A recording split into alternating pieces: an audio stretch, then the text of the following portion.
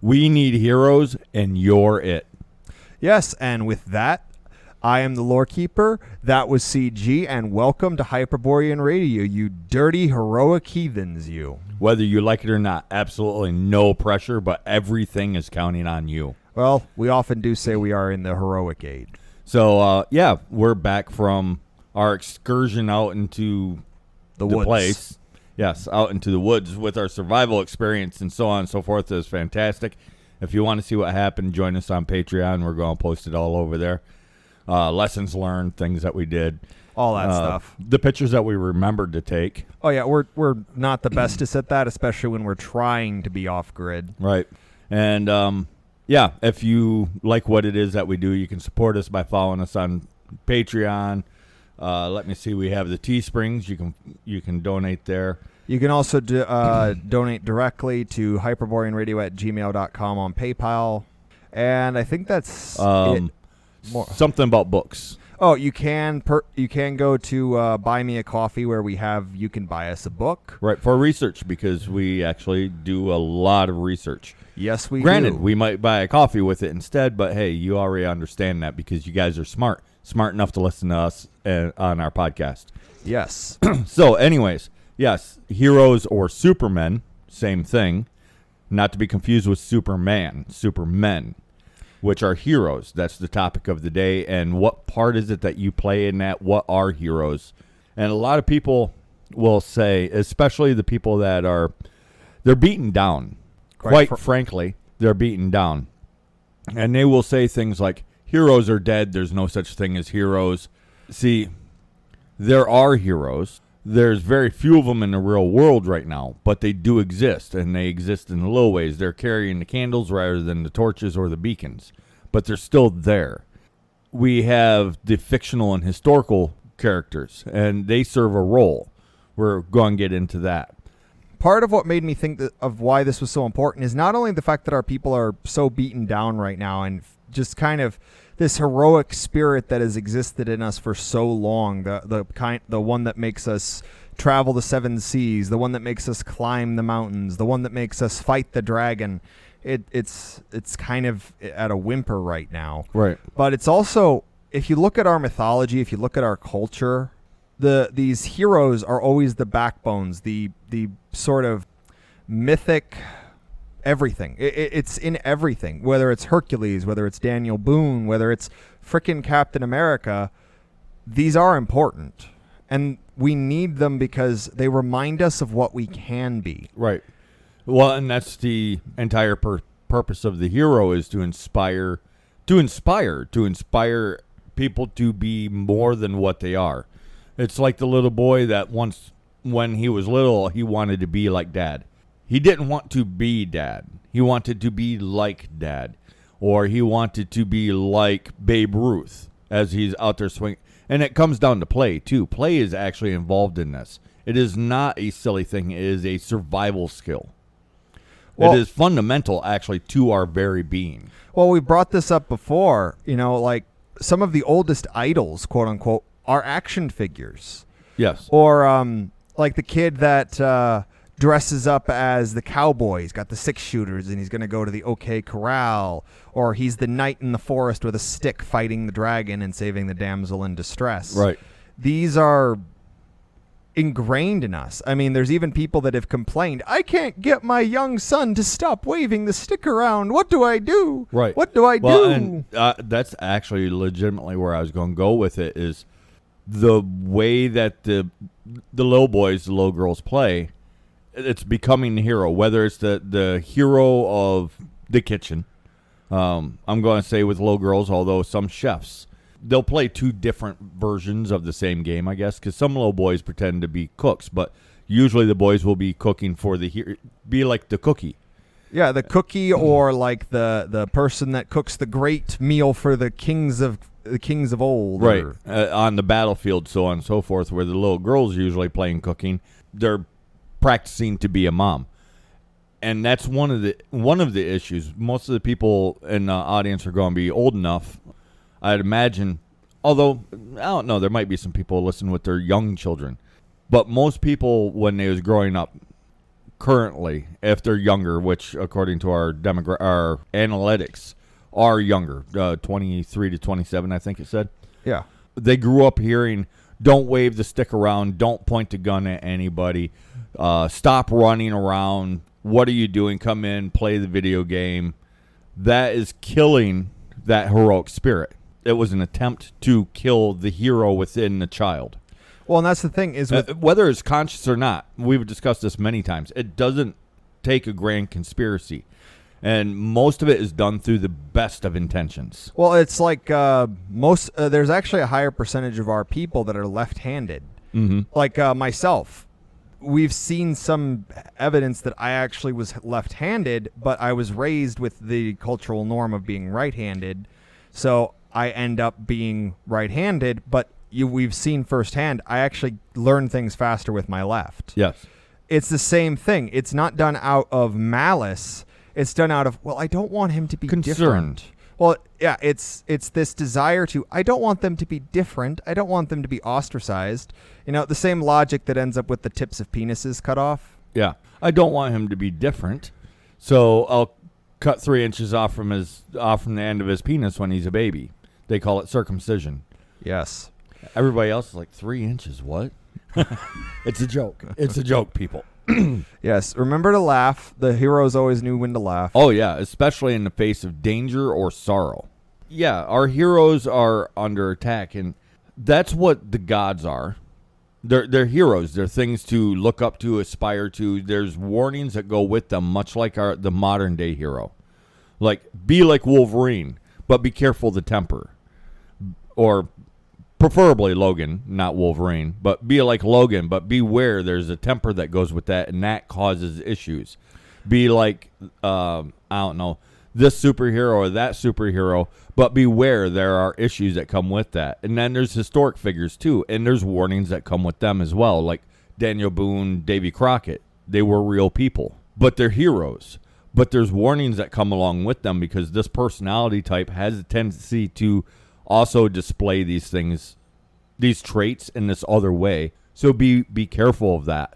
Well, it's like even not going with the obvious heroes because everyone always goes straight for the battle prowess, which is right. The most famous ones, obviously. But then you have like Johnny Appleseed. Right. He was a folk hero, but for a different way. But he's not just a positive figure because there's also the negative element of he didn't have a family. Right. He was ostracized. Solitary. He was very solitary. He gave up a lot to live the way he did. So while we still reap the benefits and we still honor him as a hero, we also acknowledge that the way he lived is something not everyone can do. And there are should do. Yeah, and because okay, I think everybody has a hero inside of them, but not everybody has Johnny Appleseed inside of them. Not everybody has Paul Bunyan inside of them. Not everybody has the Scarlet Pumpernickel inside of them. Not everybody is Reynard. But there is a hero there. The Hearth Goddess is a hero.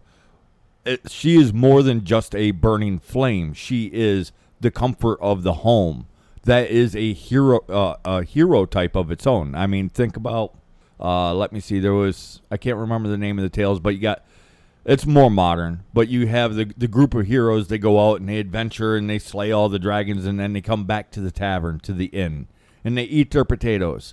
And the innkeeper is a hero in his own right, even though all he does is make them comfortable and feel welcome when he comes home when they come home. We can't underplay the importance of restorative heroics. Right. The people that heal, the people that restore, the people that maintain. These are not to be underappreciated. Right. Or you have your ones that create, which is like your blacksmiths and your woodworkers, and these are your creatives. Sometimes they'll be paintings. I think painters come into another set, but they're still creative. But that's more like they fall in more with the storytellers than they do with a blacksmith or a wood carver or a bow maker or whatever. Because what they're doing is they're telling a story with a picture. That's why I lump them more with a storyteller, because storytellers are also creatives. And oddly enough, sometimes a storyteller can be so good that they themselves become legendary in and of their own right. Homer, Shakespeare. Tolkien. Well, Tolkien is basically a hero to people. There's a borderline hero cult just around his literature. I mean, like we brought up before, there's kind of this rebellion against the system that's destroying all these cultural touchstones, all of these franchises, all of these stories, all of these worlds that have been built in fiction, because Tolkien is so precious that it's a completely different beast. Yeah. Going after Tolkien's work is completely different from going after most of these other works. Well, and so then it comes down to the only question of what kind of hero are you going to be? And it doesn't matter, male or female. You have that hero inside of you. You don't necessarily have to unleash it, but you should try. And I've said this years ago. If what you do is make sandwiches, make sandwiches in the most heroic way that you can. It sounds silly, and I know it. That's why I say it, is because it sounds silly. But be the best damn sandwich maker that you can be. And that's how you achieve that heroism. Whatever it is that you're doing, you do it to the best, grandest level that you can do it. Well, actually, an example of that restorative, that healing, that comfort as a heroism, Florence Nightingale. I think it's the Crimean War she was in, but she was just a nurse, and she was adored. Just a nurse. No, well, she was the nurse. Yes, and that's the beauty of it, is she was a hero to those men. She didn't have to fight a single day. She was a hero to these men. And that's something people don't understand. It's actually something I get kind of aggravated about, this idea that the only way you can achieve this mythic apotheosis is going the route of Hercules. Right. Where you conquer the lands, you defeat the monsters, you're known for your great battle prowess, ignoring the people that achieved that through nurturing or kindness or healing or all of these things that are important. Well, and let me see. Everybody has that hero inside of them, and I said that earlier. Most of the heroes now, they're carrying a candle. They're not carrying a torch or a large beacon. But even, sadly, even more people are just carrying the candle. At least light your candle. At least light your candle to inspire other people. You don't have to be that grand over the top. If you can, great. I'm asking you to at least light the candle and let people know that there is hope. Because that's what a hero's job is to inspire hope, to inspire courage, to inspire. And the reason why this is important is because when people put you down long enough, you start to believe it. Yes, and I've actually met people like that. And they will basically say, nobody's ever been as nice to me as you are, or nobody's ever said such kind things to me. You know, I rarely get accused of being nice, but kind, which most people are actually surprised about. And why is this, though? Why is it that they start to believe the bad things when they're being put down constantly on TV and music and just in general in life and not lifted up? It's because it's easier to believe. That's why being a real-life hero is so important. And protecting heroes, because currently right now there's people trying to protect heroes' rings of power, or from the rings of power, actually. The heroes are doing their jobs in movies and TV shows and writing. They're doing their jobs. Their jobs is they're supposed to take the attack before we do. That way we then rise to the occasion. They're inspiring us even through being attacked, through being torn down. They're inspiring our people, whether they realize it or not, to step up and actually start fighting back. Well, and another benefit we have is there's so many heroes from our history, from our mythology, that it's taking them a long time to work their way through them. I mean, they've gone after just statues of elk, usually over the flimsiest of reasons. Right. And it's because they're just taking everything down because we're such a heroic people. They know that even the stag can be inspiring if the right tale of heroism is attached to it. Right. So what we need to do is if we want to stop these attacks, we need to become the heroes. We need to inspire other people to not just lay down.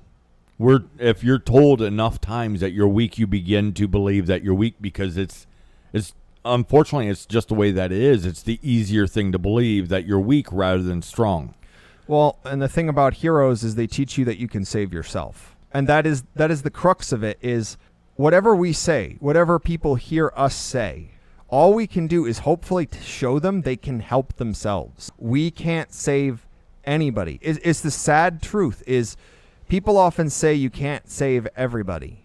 And while that's definitely true, the reality is you can't save anybody. Everyone has to save themselves.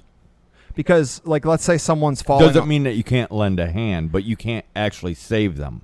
Well, it's like if someone's hanging off of a cliff. If all they do is hang there or even let go, you can't get them off that cliff ledge. But if they start pulling up, if they start putting their feet and back into it, you can, at most, give them a grip. Let's take this to the extreme because we're uncensored, so we can say unpleasant things. You catch somebody that wants to off themselves, and they throw themselves off from the cliff, but you manage to catch them, and you lift them to the top. Well, I saved them. Did you? What about 3 months later when they hang themselves in their closet? Did you actually save them? No. Only they can save themselves. You can offer them tools, inspiration, et cetera, to save themselves, but you cannot actually save somebody. I know. I've tried. Oh, wow. Impressive. I'm going to leave that in. That's thunder, and it's really close because we're recording during a rainstorm. So that one was close enough. It rattled the whole house, and it must be because I'm definitely telling the truth. Thor's bowling. He's having fun. Yes. But, yeah, you can't actually save somebody, but what you can do is inspire them and hopefully give them the tools that they need to save themselves. And I'm not saying that you can't save somebody else just because I failed. I spent most of my life trying to prove a lot of things wrong. I encourage others to do the same thing. Don't try to prove everything wrong. You'll drive yourself crazy. But it's also through observation. I've looked at some of these cases where so-and-so saved this other person. All right, all well and good. And then actually follow the story after that point. And not really. Well, and it's actually, to take that same metaphor we used, if someone jumps off a cliff or someone jumps out of a window and you grab them, you can fall right with them and die with them. Mm-hmm. This is kind of the catch-22 of when you're trying to save somebody, is sometimes they can drag you down too. Right, and it doesn't mean if you're in that situation, of course, grab them, try to save them. But then why did this happen? Was they throwing themselves out? Was it an accident? Did they learn something? Because that's important too, is because sometimes shit's just accidents, just randomness happens. But did they learn something? Did they learn to, I don't know, there was an attack on a subway. Did they learn to keep their eye out? Did they learn that it's important to protect themselves? Did they learn anything? And if they didn't learn anything, then you saved them for the moment, but you didn't actually save them. This applies to many different things, because it was even said in the ancient world, before you try to cure someone of a disease, ask them if they're willing to make the changes to keep this from happening. It's a simple and harsh truth. We could really focus in on this, but let's keep going.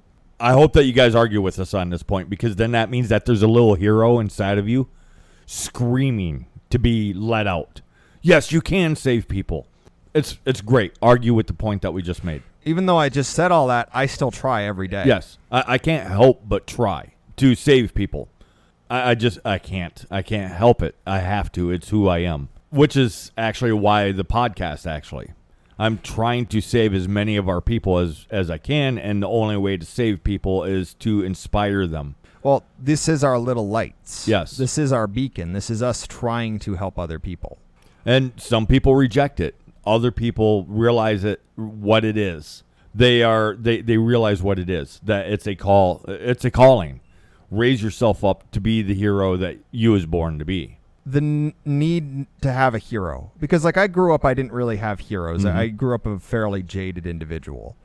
But you can see it. There was that kid a couple years ago, Bridger, who was willing. He was younger than 10, I think, and he was willing to I think he was 8. I'm not sure, but Bridger, yeah. Yeah, he was willing to sacrifice his life to save his sister. He got in between her and a dog attack, and it chewed up his face something fierce. Mm-hmm. He even said, if someone was going to die that day, I would rather it be me than my sister.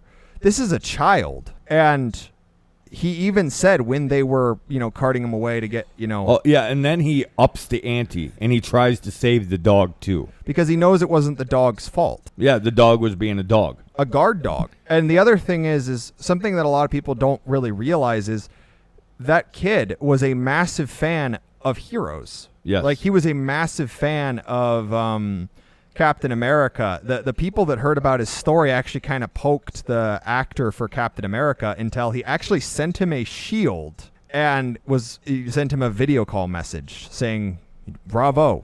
And we need more of that, but we also need more of the people to pat somebody on the back. We need more of the cheerleaders. We need more of the people to offer the sandwich. More of the people to, I don't know. There's too many things to list off that we actually need. We need more of the support personnel. We need more of the people willing to actually lay their lives on the line, which oddly is the easiest one to get. Well, and here's it's the lights in the background that we need. The heroic maker of the hero's armor, or the maker of the magic, apron or whatever. the farmer, the baker, the candlestick maker. Right. And I've said it a million times. Okay, maybe not a million times, but you get the idea. All these other groups, they want the academics, they want the scholars, they want the spiritualists. They can have them.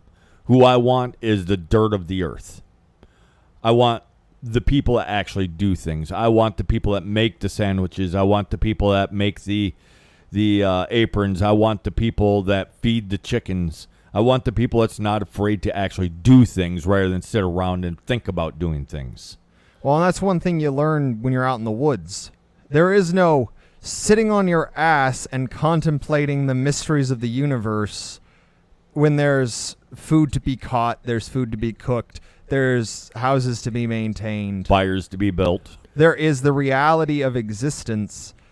And just simply put, esotericism, all of these mystery things that end up popping up, they're results of civilization. Right. Well, let me ask you a question, since you just went through this. And bravo, by the way, for actually, while we was out there, starting your first fire by hand. And the reason why I say it was great, and this is just a sneak peek into what's going to end up on the Patreon, is the entirety of the time I was telling him to give up. And he wouldn't give up, and he lit it anyways.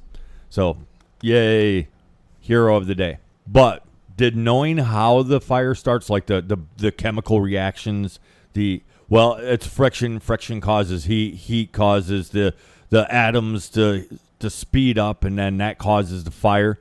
Did that help you light the fire at all, I'm wondering? No, just elbow grease. Yeah, I just got to do this. So, is it good to know the academic stuff? Yeah, it helps. But just focusing on that doesn't get anything done.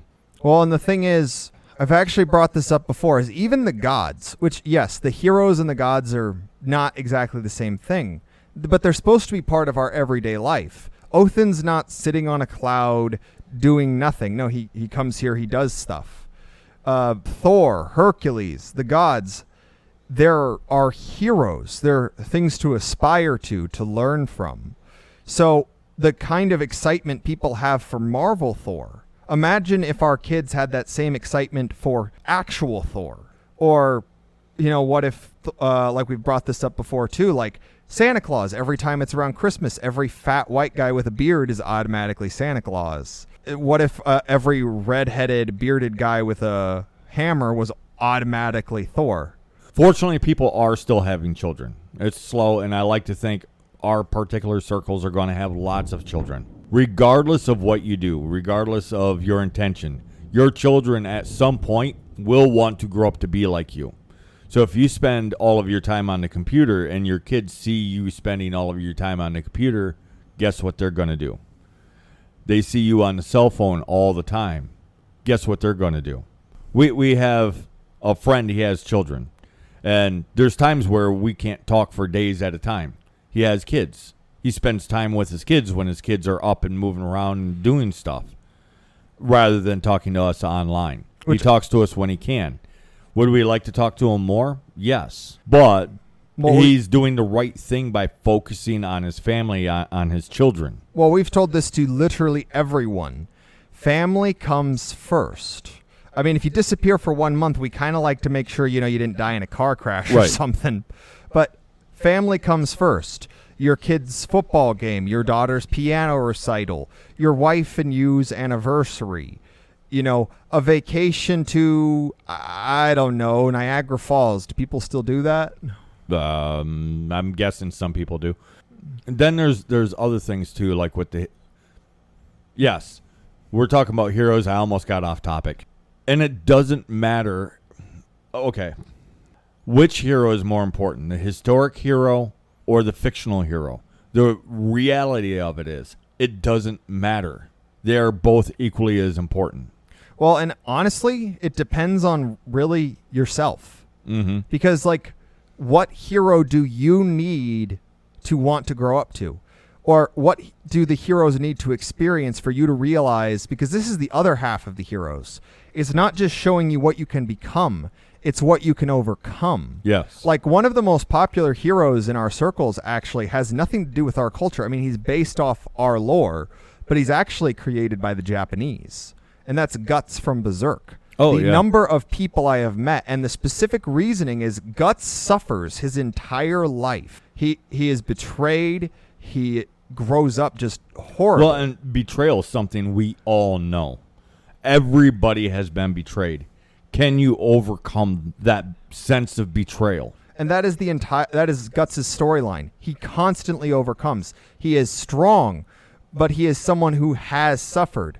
And that knowledge, just like Hercules, he suffered. Siegfried, he suffered. And some people think that they can escape the suffering if they're not going to be a hero. Well, I don't want to be a hero because I don't want to suffer. Too bad. Suffering is coming for you. Yes, it always comes. You will always suffer, and this isn't some masochistic or sadistic statement. It is just a reality It's of part life. of who we are as a people. How many happy stories do we have that's truly happy from beginning to end, and there is no adversity, no something to overcome? Well, we don't have those stories. No, the closest we actually come to that, are stories of madness. Even then, I mean, they're stories of madness. Yeah. So, yeah, it's still there. It's just hidden behind the sheet. Well, it's like everything's an amazing day if you perceive, the people getting stabbed in the street as lollipops and flowers. Right. Yeah, that one song, what is it, Sunshine Lollipops? The perfect song to me for madness. That is a song of pure madness. Yes, madness is the best word. So you're not going to avoid pain. You're not going to avoid heartbreak. You're not going to avoid these things that heroes overcome by saying, I'm not going to be a hero. No, they're going to happen anyways. Well, and the greatest stories are about overcoming those challenges, and you don't always succeed. That's the thing, is sometimes you can work the hardest you possibly can, and no matter how great a hero you are. For Hercules, what is that, the feats, the 12 feats or 10 feats? It was supposed to be 10, it turned into 12. Okay. For Hercules' feats, his wife and children never came back. It's just the way that life works. Well, and he failed 2 of the feats, actually. He succeeded them, but he broke the confines. He treated the rules like guidelines, which is all well and good, but like we said, it's okay to cheat. Mm-hmm. It's not good. It's not okay to get caught cheating. Well, kind of like the idea of how we play games. Used to be, and whether they admit it or not, athletes are still heroes. They don't want to be heroes. That way they can run off and do whatever weird behavior they want to do, detrimental behavior they want to do with a clear conscience, because I'm no hero. Every adult is a hero whether they want to be or not. A hero as in the children are looking up to us. So what are we giving them to aspire to be? Babe Ruth. Once upon a time, Babe Ruth was a hero, a baseball player. He is. Cheated all the time. Well, that's part of the fun of baseball. When right. They made Back then, and even now it still sneaks in, but it was expected every player on the field cheated. It's just how good were you? How good were you? The trick was not getting caught. So like the catchers would put gummy in their gloves. And I don't mean just the catcher on the plate, but the people out in the outfield. People would put gummy in their gloves. You're not supposed to do that. And why would they do that? So it'd be easier for them to catch the ball. They was cheating. Everybody was cheating in some way. The trick was to not get caught. Yes, these are our heroes, and it's fine. It's good because that's who we are. Well, and here's the thing. The ability to cheat, what it is it's trickster. It's how is your trickster capabilities? Right. Because some of our heroes are actually tricksters, like Odysseus or Spider-Man. Right. Both using both a mythical and a fictional. Or I don't know how accurate this is, but William Wallace, because a lot of his tactics relied on subterfuge. Yes. Even Washington pulled some trickster Robin elements. Hood, straight up thief. Oh, straight up thief, straight up trickster. Right. Uses disguises But and everything. what is it that makes him the hero? Oh, yeah, he never got caught. That's the part that made him the hero. He never got caught. The guy that cheated at baseball, he never got caught. Oh, no, he's a hero because he'd point out into the over the fence, and then he'd hit the ball there. His rate of doing that, if you actually look statistically, is stupid, blind, dumb luck. Because when he did hit the ball, it was just as often that it went out and not in the direction that he pointed. That if he pointed to the left field, it'd go out right field. If he pointed to the right field, it was just as often it'd go out to the left field. But he's heroic because he had the balls to point and say, I'm going to put the ball there. And then he'd just hit the ball. So what do people remember the failures for him? No, they remember the successes. And then those successes go from, well, he does it every now and then to, oh, wow, every time he does that, the ball's going there, even though it doesn't. No, it's how legend and myth works. It gets a bit larger than life. Mm-hmm. And here's the thing. Without risk, there will be no legend. Right. I mean, there's like... So he not only cheated, but he risked. Constantly. And he is remembered as the most famous baseball player in American history, even though he's not the best. Yeah. He has a candy bar named after him, though. Right. I mean, he was never actually the best. He was the most famous. There's a big difference. The Great Bambino, the Sultan of what's it called again? He's got it's many. Right there at the. He has so many epithets though, because he was so famous for so long. I mean, he really only started falling out of public consciousness at the same time baseball started to become less important culturally. Right. Well, and they attacked him in media. Well, they attack everybody. It's like Al Capone used to be a folk hero. Yeah. Now they're like, Al Capone was wicked. That's why the FBI is good for you. Right, and the IRS had to catch him because everybody knows that the IRS and the FBI are actually the good guys. Yes, history will show as such. Yeah, Well, isn't it amazing how the good guys always win? yeah, the good guys always win. It's an amazing thing. But the reality is we need heroes, and it doesn't matter if they're fictional heroes, historic heroes, or better yet, you yourself, the listener. We need real-life heroes, for sure. Here's the thing: is we used to be able to acknowledge heroes from the other side. We didn't acknowledge traitors except in a negative fashion because Benedict Arnold is not seen as a positive figure in America, even though he probably has a bit of a different spin on the British side, if he even shows up at all. But we can acknowledge the heroism of or the grand deeds of the opponents. The greater the villain, the more powerful the hero. That's why honor the enemy, is because the more powerful the enemy is and you stand up to them, even if you lose, you can still win. Well, that's why... And what that means is I can inspire my people, the people on my side, to do more because I did. And I can inspire fear into the enemy to make them not want to do this anymore. So even if you lose, you can still win. And it's done through inspiration. And that's why the greater the enemy, the greater the hero.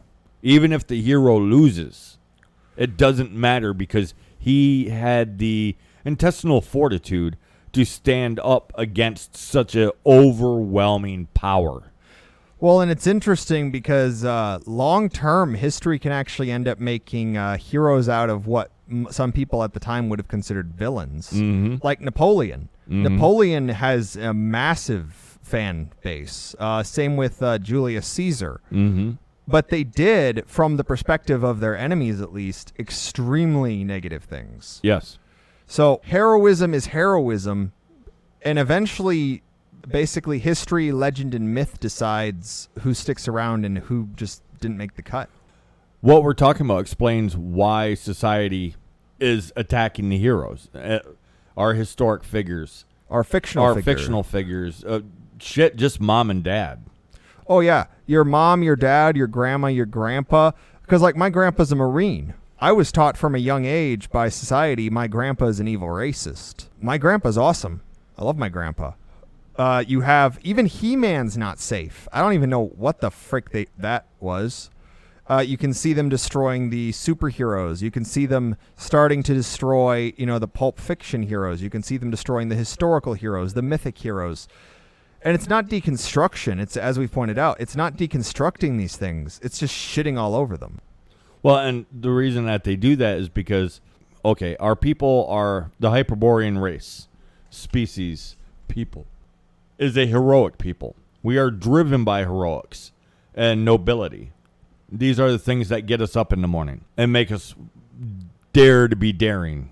If they can squash that, we won't fight back. Well, they're trying to destroy our pride. They're trying to destroy our heroic spirit. And a lot of what that's been doing for the longest time is, as they moved, I'm gonna take a swat at the church here, but the first people to really try to do this was the church. Because they would come through, they would destroy the gods and the culture heroes, which were very important figures in the mythology, and they would give us Christ. That's why Jesus Christ is set up the way he is. Oily Josh is intended to replace the culture hero and become the central figure of every culture he comes in contact. And where that contact. didn't work, then in come the saints. But what a lot of people don't realize is the saints were jokes. Oh, yeah. They were the butt of many a joke because they didn't follow the rules, like raw power scaling. If that's all that you care about, if you have that Semite mindset, all you care about is straight up power scaling. So that's why all these saints, they have all these super duper powers, but they don't follow the power scaling rules because their stories have rules. Our stories have rules. The saints don't follow the rules, and that's why a lot of the saints, people rejected them. There's some folk saints that people did grab a hold of, but those were pagan figures that was later Christianized and sainted. But the saints that was offered to us... Oh, we laugh at them. Yeah. Well, you see, the babies, they were cut up by the wicked heathens, and they were pickled in jars, and then the saint came and put all the pieces together and made them alive and then forgave them for being born. Well, and sometimes they had massive rebrandings. Like I've pointed out before, St. Nicholas was the boy saint. He was a youthful child. That was his whole deal. He was basically an attempt to replace Apollo and was terrible at it. So then when they move north and he gets up with Krampus and all these other wilder gods, he gets a big full beard and a stern countenance and starts running around with a bunch of wild creatures.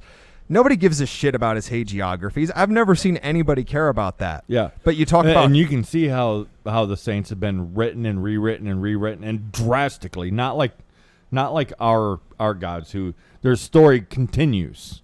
No. The Abrahamic heroes, the saints, just get straight up rewritten. Kind of like what they're doing with our movies now, where the director's like, oh, I don't care what somebody else said about in their story. This story has nothing to do with that story. Well, that's not how it works. And notice who most of these people are. Like the Taiwa Kakiti, whatever the frick his name is. The New Zealand weirdo that directed. The Kiwi dude. Yeah. Yeah. They don't care about storytelling in our way or fashion. To them, the stories are self-contained. It's an ego trip for them. Right. And storytelling, that is not the Hyperborean storytelling. That's why we're always screaming about canon. And we're not the only species that cares about canon. There's other ones as well that care about canon. But they tell stories in a slightly different way. But they're attacking our heroes. Yes. Which is a problem. Both our historic heroes, our current heroes, and our fictional heroes are, I don't even know how to count the gods, but they're attacking our gods as well. And the basic reason for that is to keep our population subdued. Submissive. Yeah, there is no heroes. You can't be a hero. These heroes, they're actually monsters and bad guys. You don't want to be like that. That's why they're doing it, so that we won't fight back, so we won't stand our ground. Well, just like the saints were used to replace the gods, and the most popular saints are also heroes or replaced heroes, like Saint George versus the Dragon or Saint Joan of Arc, who was a actual hero / deified figure. They're doing the same with the superheroes, trying to get us to value completely different cultural elements. And some of those elements are cowardice, submissiveness. Mm-hmm.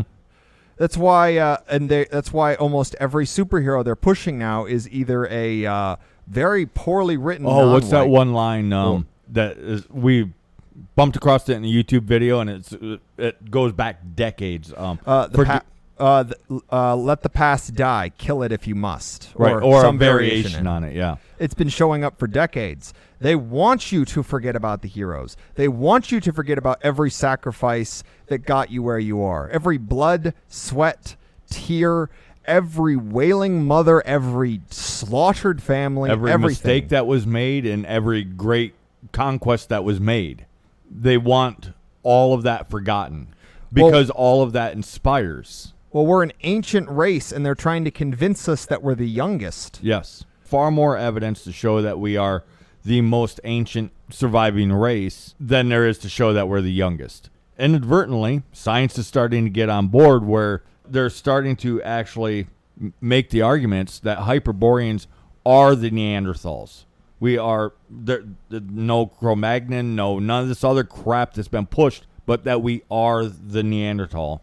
Evolved to fit our environment. Well, and that there was no humans went in and then bred with the Neanderthal, and that's why the No, they're actually starting to realize, it makes more sense this other way, which then places our race at over 500,000 years old. But they want us simultaneously to believe that we're the youngest. That we showed up in the last few thousand years. Right. Because that's the argument they make. Some of the arguments is that we're less than 2,000 years old. Oh, yes. We didn't show up until after Christianity, and it was the shining light of Jesus that made white people. Wonder how well that's working in a bunch of other countries. Because there's a bunch of other peoples that they have really devout Christians. When is their magical transformation going to happen? Oh, it's coming if you believe the Mormons. Right. I mean, it worked for Michael Jackson. Oh, yes. He's the only person I'm aware of that went from being a young black man to a middle-aged white woman. And what a white woman he was. What a voice. Anyways, yeah. And heroes, we can't repeat this enough. Heroes are important. Be the hero. Because our people need to be inspired. Times are scary. I mean, there's so much fear porn out there. It's just insane. Oh, yeah. The rain causes cancer now. Right. The rain causes cancer. And, oh, by the way, don't drink the water because not only does it rain in there, and it's all rain on the planet, has these cancer-causing forever chemicals. 50,000 gallons of it got dumped into this river. So stay away from Come on now. Really? Or it's like when we was out there in the woods doing the survival thing, and how many people out there got a freshwater sea that's clean, and they was actually scared of it with all the filters, the really expensive filters filtering clean water. Well, most of them wouldn't even go into the water. Yeah, they're scared to touch it. Yeah, they were scared to touch it. They wouldn't go. They was so amazed when I showed them how to. You remember me showing a few of them how to tell when water is safe, when it's not safe. That those filters that they have for this particular water and most water, you don't actually need. Well, and here's the thing is, we know that the thing that can help people overcome these things is to see people actually doing it. Mm-hmm. It's like, how many people didn't believe you could build a house with your bare hands until they saw, I don't know, the Amish build it. Right. Or like when we were out there, we actually ended up meeting some other heathens and talking to them for hours. And yes. they were like borderline enthralled just looking at us. And by the way, if you guys are listening, guys, hi. Hello. We've been talking about you nonstop. And in an upcoming podcast, I want to kind of focus on that. Not necessarily that conversation, but that whole feel. But yeah, I like to think that we showed these guys that they can be heroes, that they actually are in their own way, but they can be even more of a hero than what they already are. Well, and I think partly why they're so able to destroy the heroes is we're spoiled for choice. Yes. If you have so much of something, you don't notice that you don't have it until it's gone. Right. It's like if you fresh water in Michigan, it's an extremely abundant resource. You don't start noticing it's gone until Canada's pumped billions of gallons into fricking water bottles. Right. Which actually happened, by the way. And almost started a war. I don't know, close to 20 years ago now, Canada was pumping just shit tons of water out of Lake Superior because, well, it's on our side of the lake. Almost started a military conflict between America and Canada.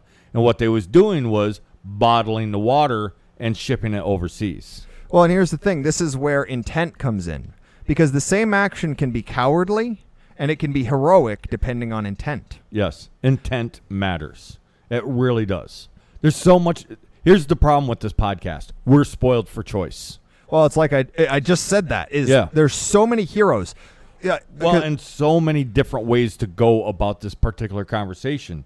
And we're doing the best that we can. We hope that we're not rambling too much. I'm going to try and sprinkle some fairy dust on this and make it a little bit more coherent. But everything that we're saying matters. And we need each and every person out there to be a hero in whatever way that they can. And it doesn't matter what kind of hero you look to, the mythic, the If historic. you want to be a hero, send us $5.99. I mean, I got it.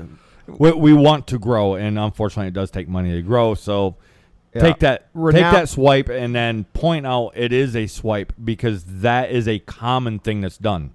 You want to be a hero, give $5.99 to the Save the Puppies Foundation. Yes. You want to be a hero, give $1 to Save the Babies Foundation. Well, and unfortunately, we live in an age where renown and infamy is not enough. But if it's a mythic hero, if it's a historical hero, if it's a fictional hero, I don't care if it's Aragorn, I don't care if it's Theodore Roosevelt, I don't care if it's King Arthur. But there's so much heroism in our lore and our history, in just our fiction and stories in general. Mm-hmm. If you need inspiration, it's there. You just have to be willing to look to it. Well, and we need that grand crossover between DC and Marvel, I guess. So we need to actually protect our heroes. So when they're going after, I don't know, Benjamin Franklin, or they're going after, I can't think of any European heroes off the top of my head right now. William Tell. They're going after William Tell. We need to step up and protect them and inform people. No, these guys, they're not monsters. Even if this thing is true that they're saying, that doesn't make them less of a hero. It shows you can go from being one way to being another. Well, and the lore itself, the history, the mythology, the folklore, these things are very resilient. The fictional heroes are the ones they're going after. They're going after all three at the same time. It's just we're seeing the destruction. Truth matters less than the story. It's something even our enemies understand, and they openly admit. Truth matters less than the story, which is why they're using the truth. They're spinning another story to attack our stories. Yes. What do you do to destroy the stories? I use the stories to destroy the stories. Bring in the Thanos meme. Yes, pretty much. That's exactly it. Well, it's like, how do you destroy George Washington? Well, you start spreading malicious nonsense about how he pulled the teeth out of slaves. How do you destroy Thomas Jefferson? You claim that he was a massive serial rapist of his slaves. Yes. How do you destroy Paul Bunyan? Well, you try to claim that he's just an invention of a lumber company to sell from lumber. 1863. Oh, no, I've heard people try to claim 1915 or something. Okay, from 1915. And here's the thing. At this point, does it matter if Paul Bunyan was born in 1915? Absolutely not, because it's his stories that matter. His stories are intended to inspire. So the truth of it doesn't matter nearly as much as the story that's told. Because almost guaranteed, any grand historic story, even true ones, they're less true than the story. But the story grew so much because it is inspiring. Precisely. It's like Achilles. Achilles, if you look into some different elements, he's a god. Sometimes it's a god. He's a god because of what he did in the Trojan War. Sometimes he was a god before the Trojan War and he became a hero. The heroism and sacrifice of Achilles is what makes Achilles such an iconic figure of myth. Right. He doesn't have to have actually been dipped into, was it the river Styx? I believe so. He doesn't have to have actually been dipped into the river Styx. It doesn't have to have literally happened. It doesn't matter. And actually, as a matter of fact, this other version, or the alternative version, actually even makes him more of a hero. Because the one version, he's dipped in the river Styx, and therefore nothing can harm him, so on and so forth. Everybody should be loosely aware of that story. So he's invulnerable. Is that guy as heroic as the guy that, well, you see, he wasn't really, and they're trying to tear him down, but they inadvertently build him up. He wasn't really dipped into the river Styx, making him invulnerable. See, he just never actually got hit, and then the first time that he got hit, he falls down, cries, and gets chopped to pieces. Okay, this means he built up an entire military career and a legend around himself, having fought so well that he never got struck. That makes him even more than if he has super magic bullshit powers. Well, I think that's actually a way of rationalizing it because a similar trope does show up in the story of Siegfried. It was done specifically to try and tear Achilles down, but Achilles is so badass, he's like, okay, yeah, sure. Let's take that and we'll build me up even more. Well, they did that with the film Troy, and it didn't make him less. It actually makes him that much more badass. Yeah. And here's the thing is, I think that's partly where, like, the Siegfried thing comes from. The leaf covering up his back? No, the guy was just so impressive that until they stabbed him in the back, quite literally, with a spear, he wouldn't go down. How talented do you have to be that they have to rationalize the fact that nobody could hurt you with you just have one vulnerable spot and the rest of you is just magic bullshit? Right, how badass are you? You don't need the magic bullshit powers. But as soon as they try taking that away, and the reason why they're trying to take the magic bullshit powers away is they're trying to destroy these heroes. Inadvertently, they're making them better. You see the berserker at Woden's Bridge, he wasn't really a hero and all this other good stuff, and he got stabbed in the dick. Ha, ha, ha, ha, ha. Okay, here's the thing. He faced off against an army, held them back long enough that they had to actually send somebody under the bridge to stab up through the bridge to hit him.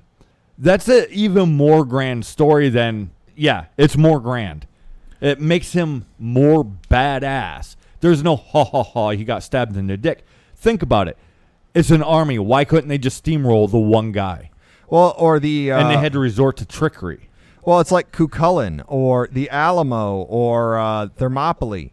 There are so many examples of this heroism. It's self-sacrificing. Mm-hmm. The figures know they're going to die. Everyone at the Alamo knew they were going to die. They hoped they'd somehow pull out a miracle victory, but they knew they were going to die. Yeah, they didn't just lay down arms and die because, well, screw it, we're going to die anyways. No. They went out in the grandest fashion. If you're going to lose in the most epic way possible. And this applies to, we're drawn to war stories. But this also applies to the orchard, Idun. From the Eddic tradition, Idun saves the gods on a fairly regular basis with her apples. She rejuvenates them. Yes. Is this any less heroic? Absolutely not. It's just a different kind of heroism. Heroism, it's, I guess, intention. It's not just intention either. There's more to it. It's whatever it is that they do it to the grandest scale. Like I said earlier in the beginning of the podcast with sandwiches. If you're going to make a sandwich in the most heroic way possible. You make the best sandwich. You make it the fastest. You make it the whatever. But you do the absolute best in some big cities. New York, Chicago, San Francisco, the big cities. They actually have made folk heroes literally out of guys that do nothing but make sandwiches. Well, and I actually have a personal story on something like this because I used to work making sandwiches. That's what I did for a few years, actually. Mm-hmm. I had people who were just extremely thankful I was there. I had people that were like, I could never do what you do, because it was an open kitchen, so everyone could see what I was doing. They were like, I could never cook like you, where people are watching you at every second. Mm-hmm. Or they would thank me, or they would say I made their day or something like that. And some people would actually come up and talk to me, and it would be like that old trope of like the tavern keeper and the person sort of talking through their issues. I'm not trying to say that was heroic or anything, but it's just the little things matter. And it can be something as simple as holding the door open, which fortunately, actually, have you noticed that's been happening more? Oh yeah, especially in the places in our area. Oh yeah, especially the places we go. Yeah, people's been, and it is in today's world, doing something as simple as holding a door open for somebody is a heroic act. Well, just admitting there's a difference between males and females is a heroic act at this point. So the bar is pretty low, so take advantage of it. Yes. It just takes one misunderstanding for someone to accidentally become the center of a controversy. It's like the Covington kids. I forget the name of the main guy, but the guy basically had his life torn down by a bunch of lies. All he did was stand his ground. That was it. Stand his ground and not grovel. And they tried to destroy his life, but he showed strength does matter. So, and sometimes it's even rewarded. It's true. This whole thing of no good deed goes unpunished. There's a reason why they want you to repeat that. And unfortunately, it is true. But it doesn't have to be true. It's a self-fulfilling prophecy. Yes. If you believe it's going to happen and you think it should happen, you're going to make it happen. Well, and if everybody around you thinks that it's true and that it should happen. Well, what you say is a form of magic. Yes. If you constantly say no good deed goes unpunished, instead of no good deed goes unheralded or something like that, you will create a world like that, even if it's just the mentality. Yes, it is magic. All right, so I'm going to shoot out of here. We had a great trip. I hope that you guys enjoyed the shows that was up and waiting for you guys while we was gone. And, yeah, be a hero. See you guys later. And I'll say, whether it's mythic, historical, or fictional, we need heroes. Treasure your heroes. Love your heroes. Embody your heroes. They matter. And inside every single one of you, there is the potential for another hero. And with that, the Lore Keeper's out.